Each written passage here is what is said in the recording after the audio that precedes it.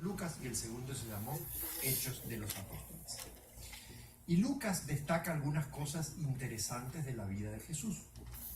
Lo primero que Lucas destaca es el interés de Jesús por las clases despreciadas, por los proscriptos.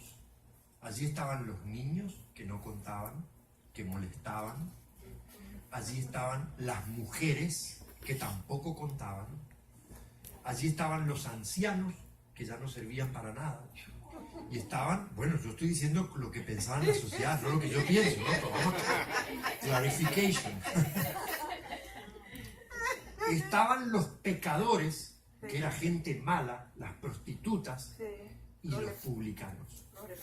Y de todas esas personas que eran proscriptas, niños, ancianos, mujeres, pecadores, prostitutas y publicanos, Jesús se ocupó en forma muy especial. Los validó, los levantó, los restableció, los dignificó. Y a Lucas le llamó la atención el interés de Jesús por esas clases despreciadas. Lo que vamos a ver esta noche encaja con eso, así que atiendan cuando les voy a hacer una pregunta enseguida. Lo segundo que llama la atención en Lucas es el gozo que produce el encuentro del pecador con el Evangelio. El Evangelio son las buenas noticias de salvación. Y cuando el pecador se encuentra con el Evangelio, o cuando el pecador perdido es encontrado, siempre hay gozo, regocijo y alegría. Esas palabras son clave en Lucas. Aparecen muchas veces esas palabras. Por ejemplo, en Lucas el capítulo 15, nosotros encontramos 3 parábolas que son muy conocidas. La parábola de la moneda perdida, la parábola de la oveja perdida y la parábola del hijo perdido. Esas parábolas representan a 3 clases distintas de personas. Es una misma enseñanza, pero son 3 clases distintas de personas. La moneda es un objeto inanimado, ¿verdad? Representa a aquellos que están perdidos y no saben que son perdidos, no saben que están perdidos y tampoco saben cómo volver, lógicamente. La oveja representa a aquellos que están perdidos y saben que están perdidos, pero no saben cómo volver, porque la oveja es un animalito que se da cuenta que está perdido y empieza a balar desesperado para ver si el pastor la busca. Se enrieda en las ramas, en las espinas y no sabe cómo encontrar el camino, se pierde. No es como un perro o un gato que siempre vuelven. Y el hijo perdido representa a aquellos que están perdidos, saben que están perdidos y hasta saben cómo volver, pero no quieren.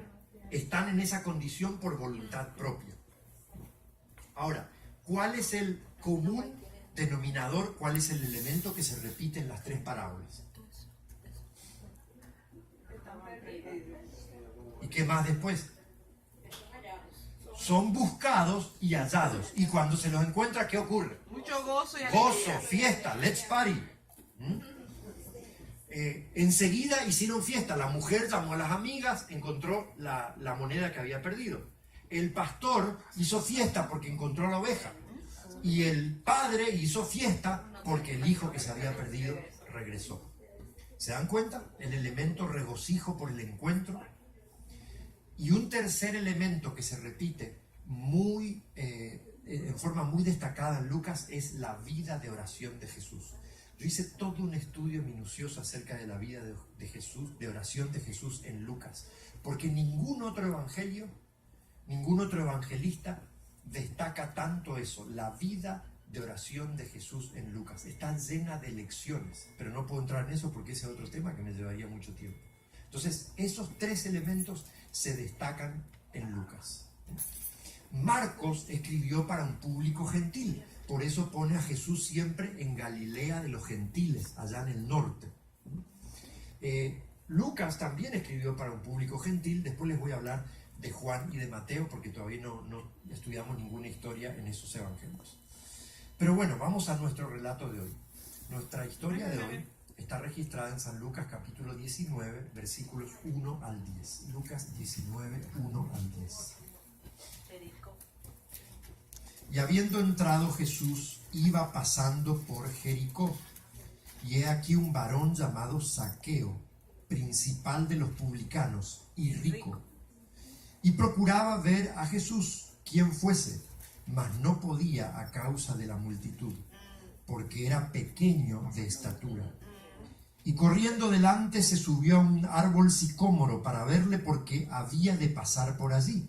Y como vino a aquel lugar, Jesús mirando le vio y díjole: Zaqueo, date prisa, desciende, porque hoy es necesario que pose en tu casa. Entonces él descendió a prisa y le recibió gozoso. ¿Ven? Gozoso. Y viendo esto, todos murmuraban diciendo que había entrado a posar con un hombre pecador. Entonces Zaqueo, puesto en pie, dijo al Señor: He aquí, Señor, la mitad de mis bienes doy a los pobres, y si en algo he defraudado a alguno, lo vuelvo con 4 tantos. Y Jesús le dijo: Hoy ha venido la salvación a esta casa, por cuanto él también es hijo de Abraham, porque el Hijo del Hombre vino a buscar y a salvar lo que se había perdido. Vamos a orar. Eterno Dios y Padre que estás en los cielos, en esta noche levantamos nuestra voz a ti una vez más, para agradecerte por tu misericordia, por tu cuidado amoroso y porque nos permitiste llegar a esta tu casa de oración. En este momento acabamos de leer tu palabra y pedimos que nuestro entendimiento se abra para que podamos escuchar tu voz y sacar lecciones importantes de este relato tan conocido. Te pedimos que bendigas a las personas cuyos hogares están enlutados en esta hora, y que bendigas a esta muchacha que le han encontrado algo malo en ese estudio, para que ella no se llene de temor, sino de confianza en ti. Amén. Gracias porque estás con nosotros. Gracias porque escuchas nuestras oraciones. No merecemos eso, pero acudimos a ti en los méritos de Cristo Jesús. Amén. Amén. Amén.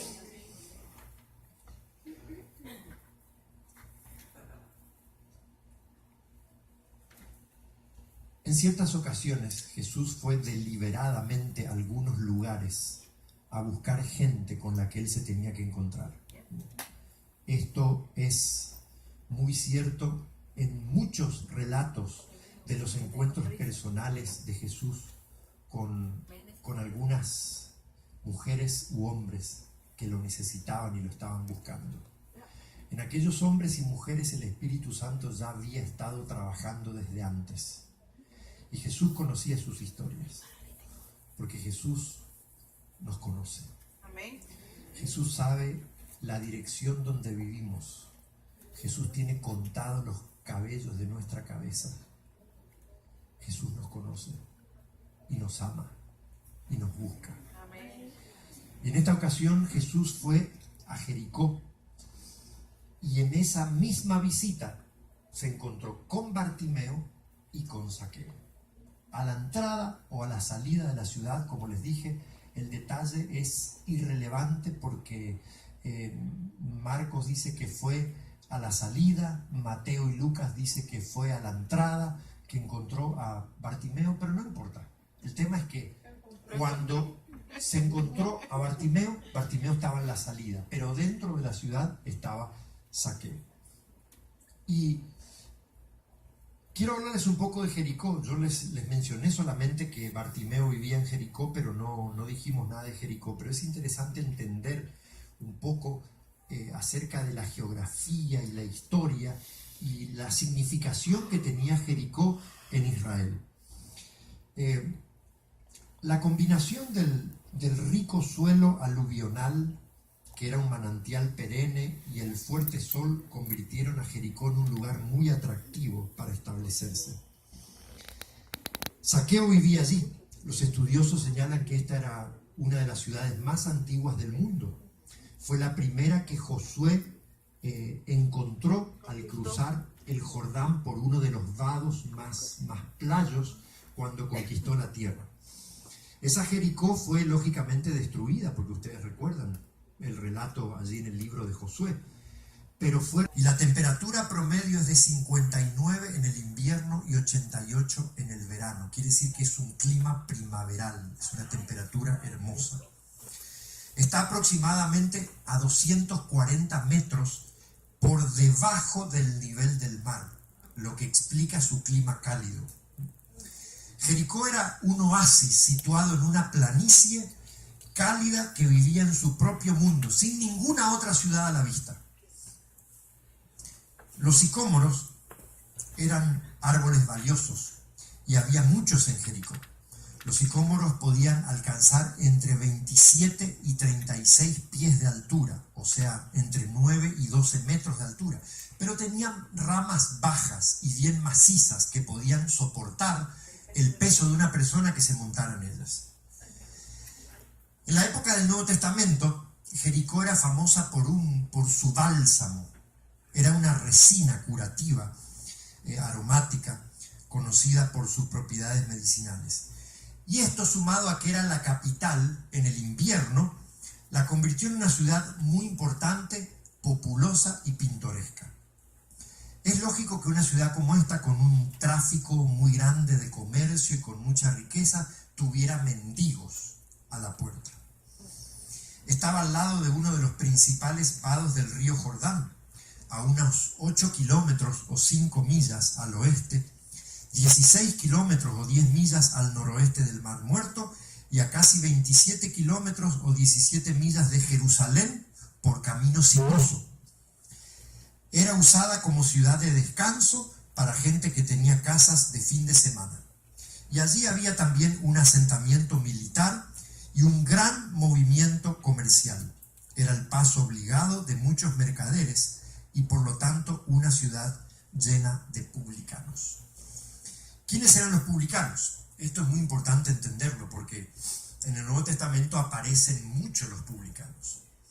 Los publicanos eran una clase social despreciada y eran considerados como una clase social baja, aunque generalmente los publicanos eran ricos. O sea, no tenía que ver solamente con el nivel económico, pero socialmente eran despreciados por dos razones básicas. En primer lugar, porque ellos trabajaban colectando dinero para el Imperio Romano.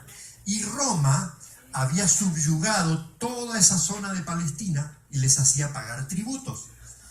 Entonces, conseguía hombres judíos que trabajaban colectando los impuestos para darle a Roma. O sea, que eran considerados traidores por sus compatriotas.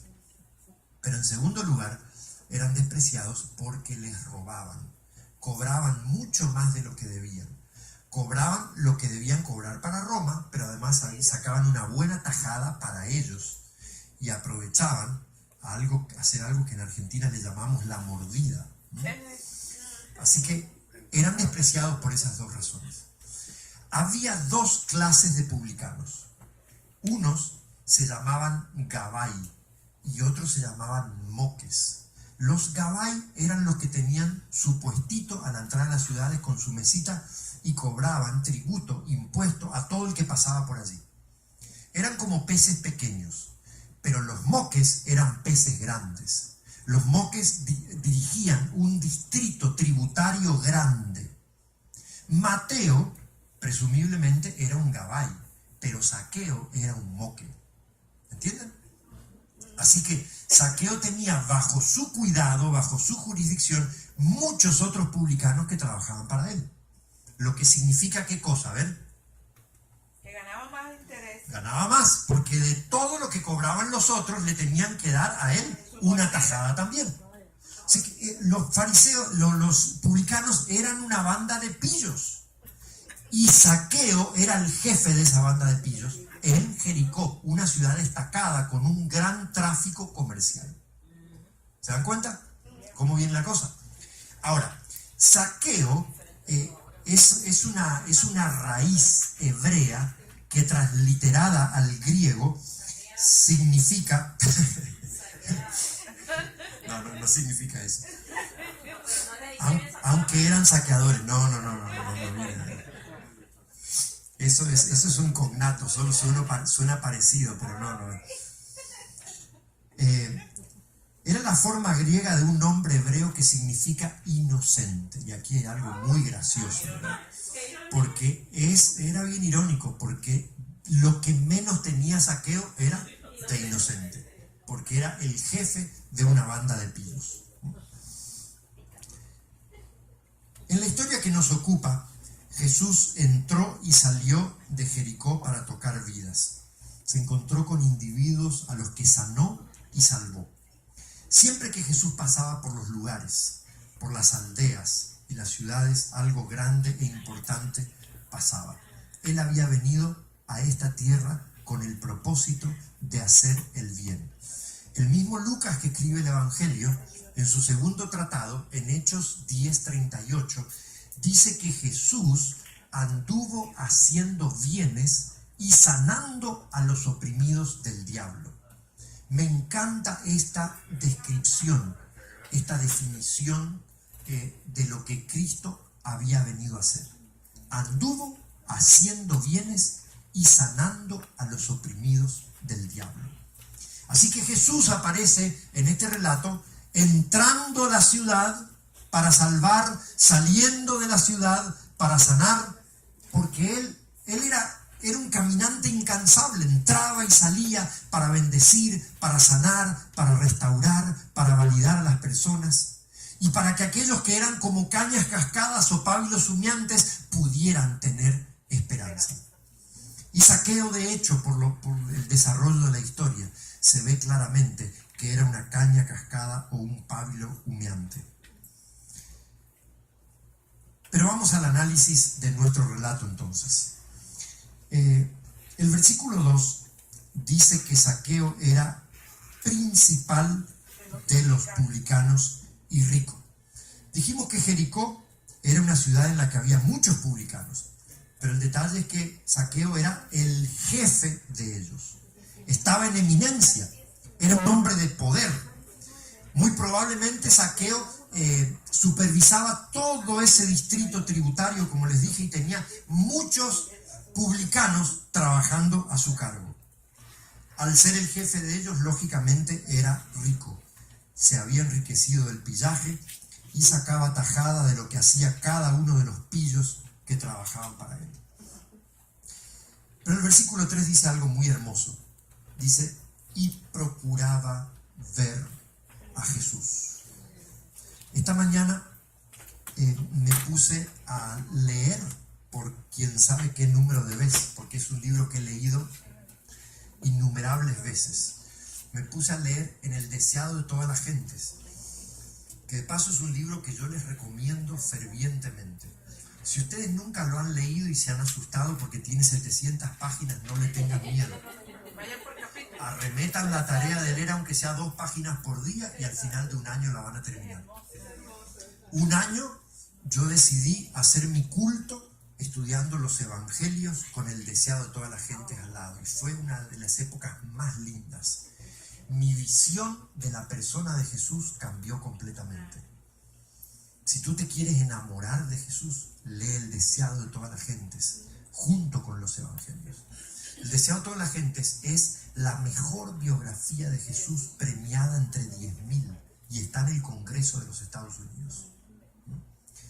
Así que si ya lo has leído, yo te animo a volver a leerlo. Puede ser un proyecto de estudio, estudiar durante un año los evangelios con el deseado de toda la gente. Si tú te fijas al final de cada capítulo, dice en una letrita pequeña, este capítulo está basado en tales y tales y tales textos, y menciona todos los textos del evangelio en los cuales está basado. O sea que es un comentario de Elena de White a los evangelios.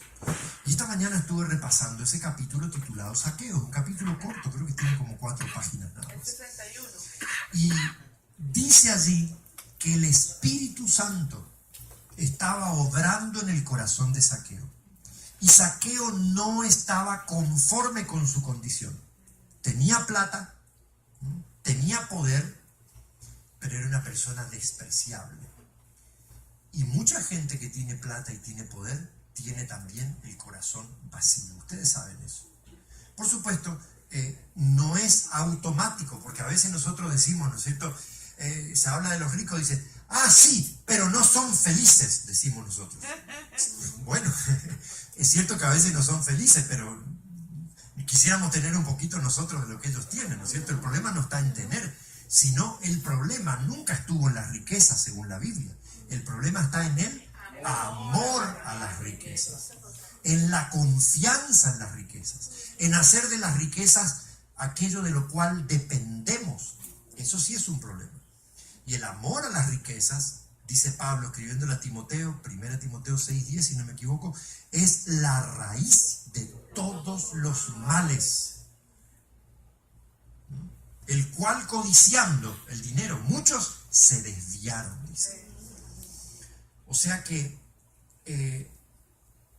Zaqueo era alguien que tenía dinero. Yo de paso, déjenme decir algo. A veces nosotros no tenemos que pensar que automáticamente la gente que tiene dinero lo tiene porque es dinero mal habido, o no son felices, o son todos orgullosos. No necesariamente es así. Yo conozco ricos humildes y conozco pobres orgullosos.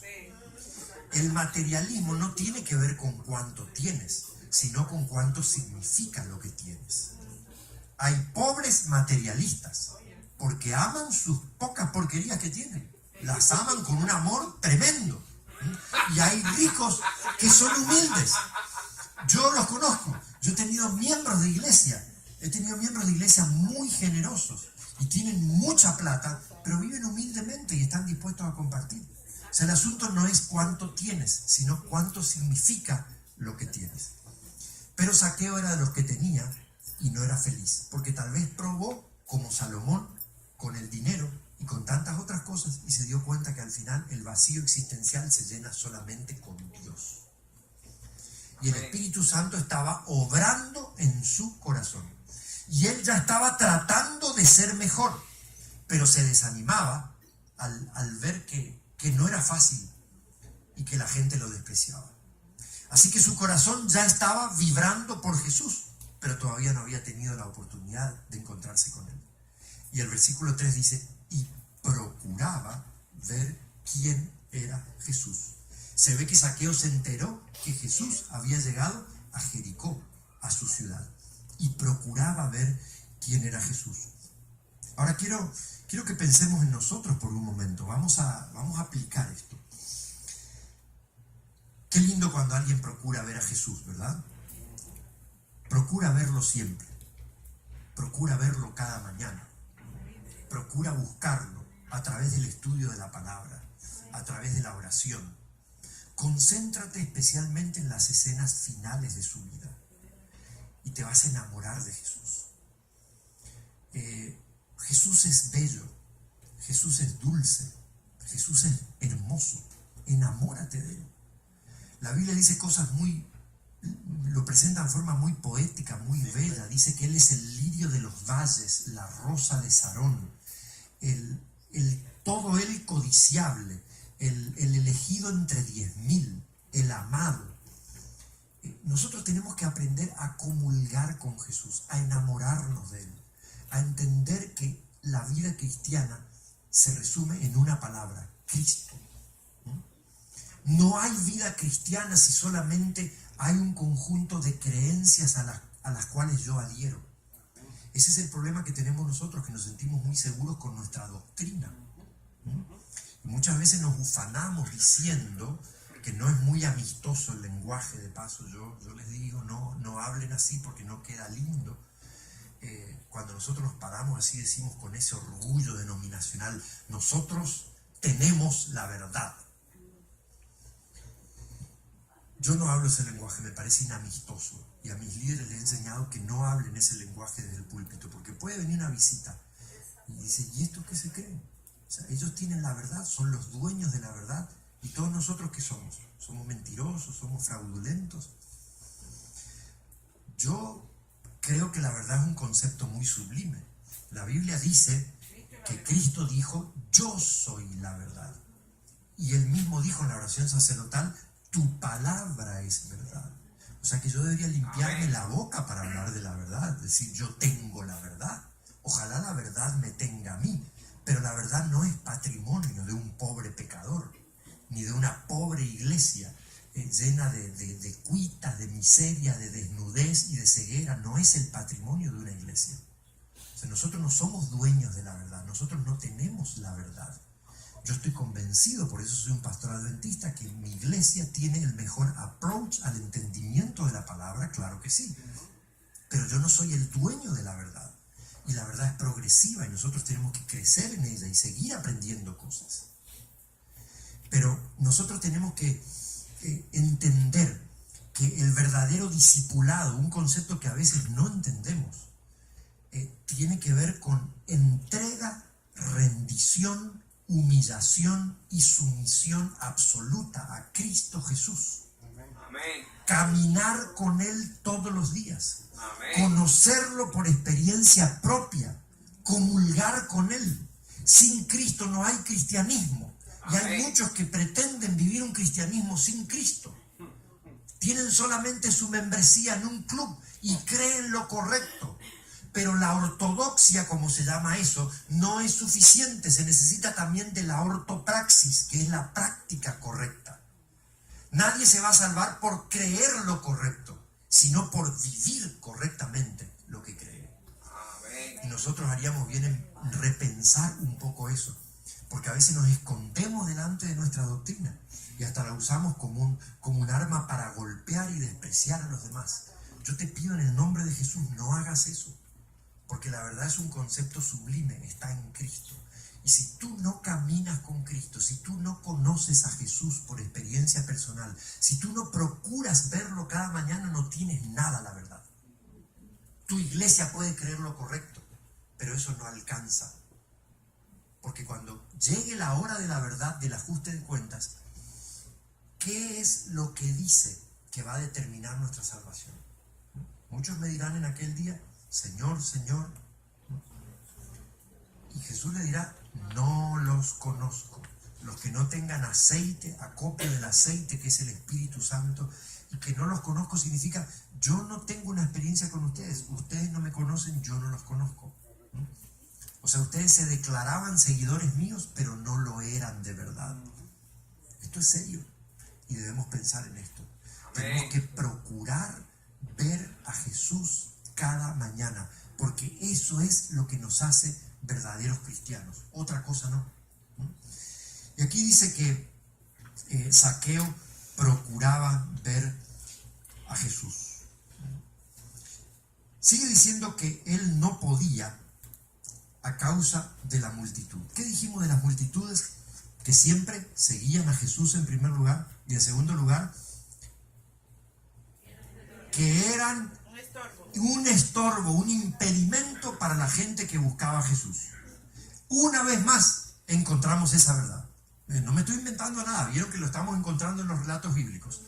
En el caso de Bartimeo, la multitud le reñía y lo hacía callar porque él clamaba a Jesús, hijo de David, ten misericordia de mí. En el caso de la mujer con flujo de sangre, quería llegar donde Jesús y había una gran multitud que lo apretujaba. Y Zaqueo procuraba ver quién era Jesús, pero no podía a causa de la multitud. Tenemos otros casos en la Biblia. Los 4 amigos de un paralítico fueron a llevarlo a Capernaum para que Jesús lo sanara. Y había una multitud que se apiñaba por las ventanas, por las puertas y le impedían la entrada a Jesús. Así que lo tuvieron que descolgar por el techo. Otras veces hay multitudes que no parece así como un crowd de gente, ¿verdad? Pero están allí, tácitamente están allí. Por ejemplo, tomemos el ejemplo de 2 personas que llegaron a ver a Jesús a solas. Ambas llegaron a solas, escondiéndose de la multitud. No había una multitud rodeando a Cristo, pero Nicodemo vino de noche porque temía que lo viera la multitud. Y la mujer samaritana vino al mediodía, cuando ni los perros estaban afuera, porque temía que la viera la multitud.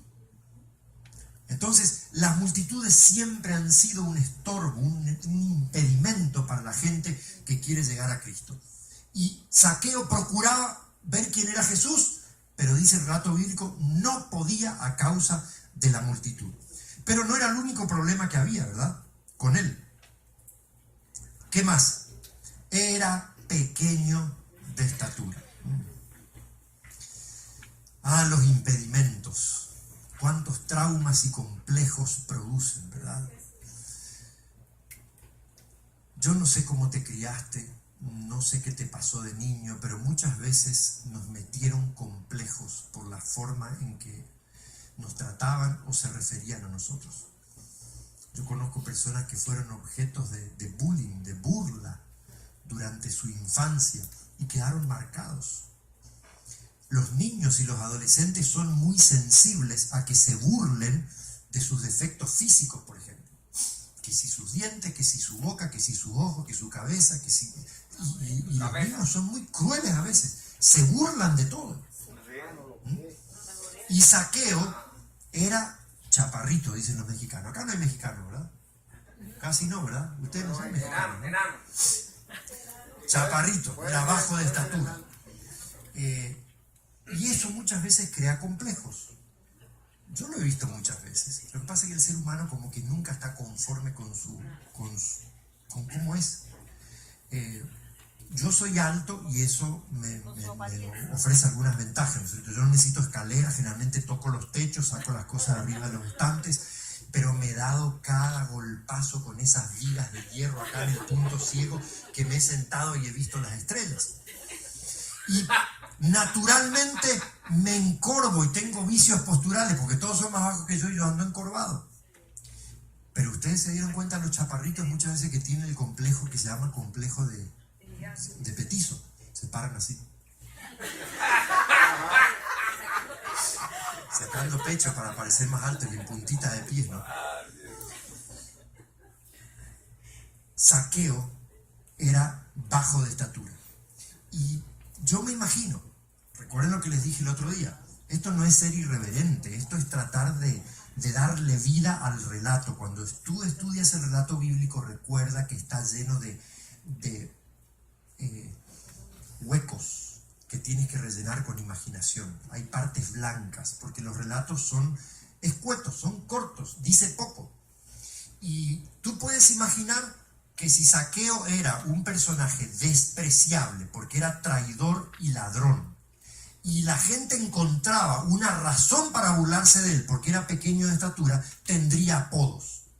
Y cuando Zaqueo andaba por la calle, le lanzaban unas miradas y unas palabras. Córrete, chichón del suelo, enano maldito, desaparece de allí. Quién sabe cuántos insultos se llevaba por ser bajo de estatura. Y posiblemente era acomplejado. Ahora, déjenme decir algo de la autoestima. Nuestra autoestima se forma básicamente por tres cosas. Por lo que yo pienso de mí mismo, lo cual puede estar muy afectado. Por lo que los demás piensan de mí, lo cual puede estar muy afectado también porque puede haber celos, envidias, resentimientos. Y yo me puedo creer poca cosa porque algunos los criaron como poca cosa. Hay padres que han sido crueles y pobrecitos. Uno trata de pensar también.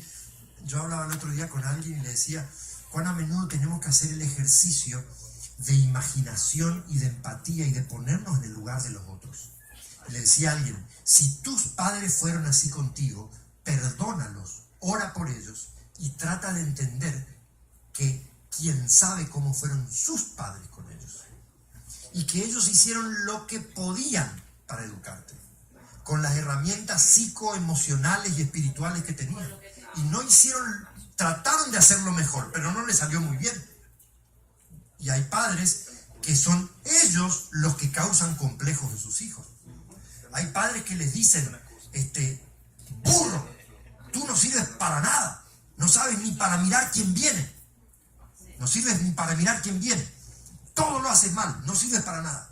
Imagínense cómo se cría un niño con eso. Pero en tercer lugar, la autoestima se forma también por lo que Dios piensa de nosotros. Lo que yo pienso de mí mismo, lo que tú piensas de mí y lo que Dios piensa de mí. Ahora, de las tres, ¿cuál crees que es la más importante? Lo que Dios piensa de mí.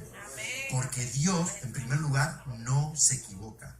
En segundo lugar, Dios me ama con un amor infinito. Él dice, con amor eterno te he amado, por tanto te prolongué mi misericordia. Pero mis padres se pudieron haber equivocado. Los errores que recibieron ellos en su educación los pudieron haber trasladado a mí. En vez de haberme construido una autoestima alta, pudieron habérmela bajado muchas veces. Así que no importa tanto lo que yo pienso de mí. Tengo que ir aprendiendo a dejar eso de lado. Y no me tiene que importar lo que la gente piensa de mí. Por supuesto, no estoy hablando de que no importa el testimonio, ¿no es cierto? Porque Pablo dice, nadie vive para sí, nadie muere para sí. Yo doy testimonio siempre. En ese sentido tengo que cuidarme de proyectar a Cristo. Pero no puedo vivir ni alimentarme de lo que creen los demás de mí. Porque eso tiene que quedar, nunca vas a ser monedita de 20 para todos. O sea, no todos te van a querer, no todos van a estar de acuerdo contigo. Sobrevive a eso. Y recuerda que el cielo te ha otorgado un valor infinito. Cristo hubiera venido a morir solamente por mí o por ti, si hubiéramos sido los únicos. Y somos lo más precioso que el Señor tiene. Entonces, eso es lo que realmente vale.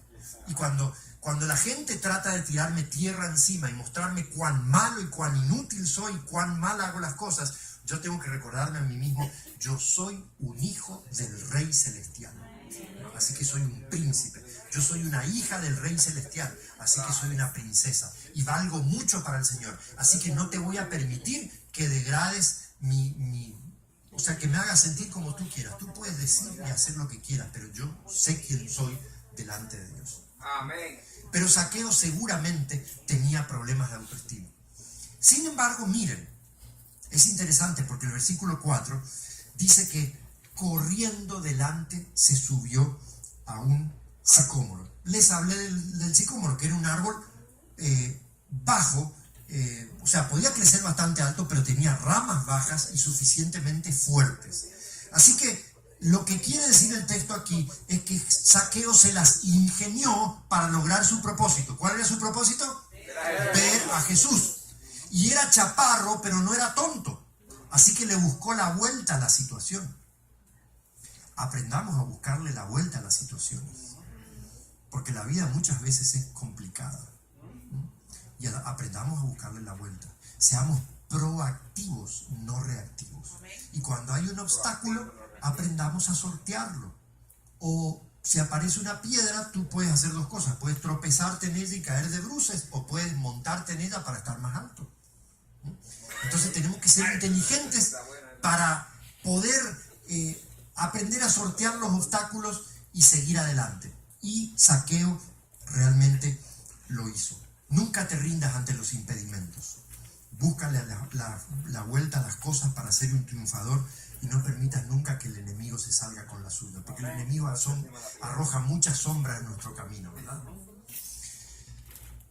Ahora, él se subió a un sicómoro para verle, porque Jesús había de pasar por allí. Las calles en la antigüedad eran bien angostitas y las murallas de las casas estaban así alrededor. Así que si había un árbol así que caía sobre la calle, Zaqueo vio que la multitud se dirigía hacia allá y tal vez corrió, dio la vuelta a la manzana y se montó al sicómoro. Ahora yo quiero invitarte a imaginar la escena.